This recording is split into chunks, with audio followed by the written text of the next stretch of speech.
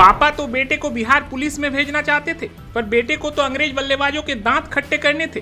22 गज की पट्टी पर एक बार फिर दहाड़ा बिहारी छोरा। माही के शहर में आकाश की आंधी, उड़ गया इंग्लिश टॉप ऑर्डर।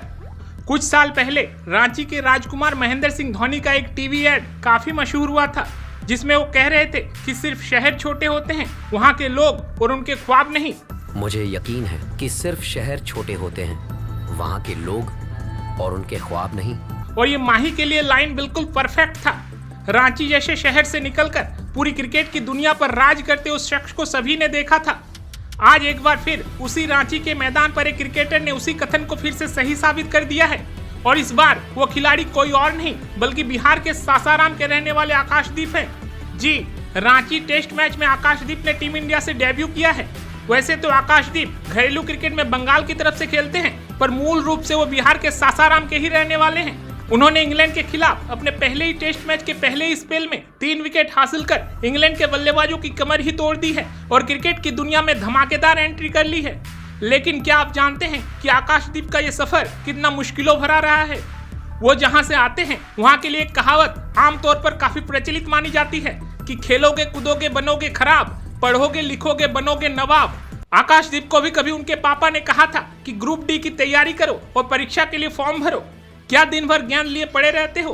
पर आकाशदीप का पढ़ाई में कहाँ मन लगने वाला था। उनका सपना तो टीम इंडिया के लिए खेलने का था, सो उन्होंने अपने सपने पर ही फोकस किया। पड़ोसी अपने बच्चे को आकाश की संगत से दूर रखते थे, कहते थे कि आकाश की संगत में रहोगे तो बर्बाद हो जाओगे। आज निश्चित तौर पर अंग्रेजों के डंडे उड़ाते हुए आकाशदीप को देखकर ताली तो वो भी बजा ही रहे होंगे।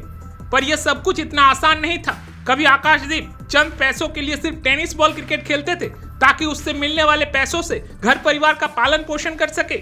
आकाशदीप ने अपने संघर्ष के दिनों को याद करते हुए कभी खुद कहा था, भारतीय क्रिकेट बोर्ड से निलंबित होने के कारण बिहार में तब इसके लिए कोई अच्छा मंच नहीं था। मैं सासाराम का रहने वाला हूं और वहां पर इसे एक अपराध की तरह देखा जाता है। कितने ही परिवार के लोग अपने बच्चों से कहते थे कि आकाश से दूर रहो, वो पढ़ाई नहीं करता है, उसके साथ रहोगे तो बिगड़ जाओगे। आकाश के पिता उन्हें गवर्नमेंट एग्जाम देने के लिए कहते थे, जिसे याद करते हुए कहते हैं, मेरे पिता मुझे बिहार पुलिस कांस्टेबल या राज्य सरकार में ग्रुप डी की एग्जाम देने के लिए सलाह देते थे। वो मेरा फॉर्म भी फिल कराते थे और मैं एग्जाम देने के लिए भी जाता था, लेकिन मैं खाली पेपर जमा कर वापस आ जाता था।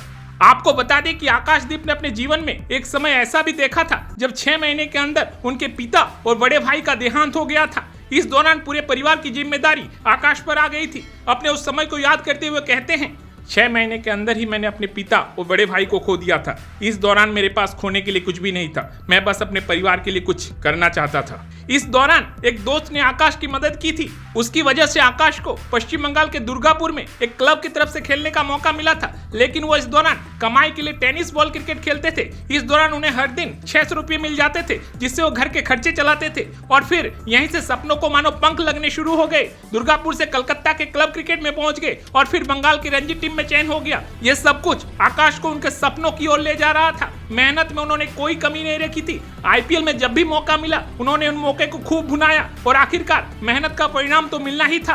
रांची में जब कोच राहुल द्रविड़ ने उन्हें टेस्ट कैप दिया, आकाशदीप की मां की आंखों में खुशी के आंसू देखे जा सकते थे। भले ही उम्र के हिसाब से उन्होंने टीम में लेट एंट्री की हो, पर वो कहते हैं ना कि देर आए पर दुरुस्त आए। ये बिहार का लाल भी अब भारतीय क्रिकेट की बुलंदियों को छुएगा, ऐसी हम उम्मीद करते हैं।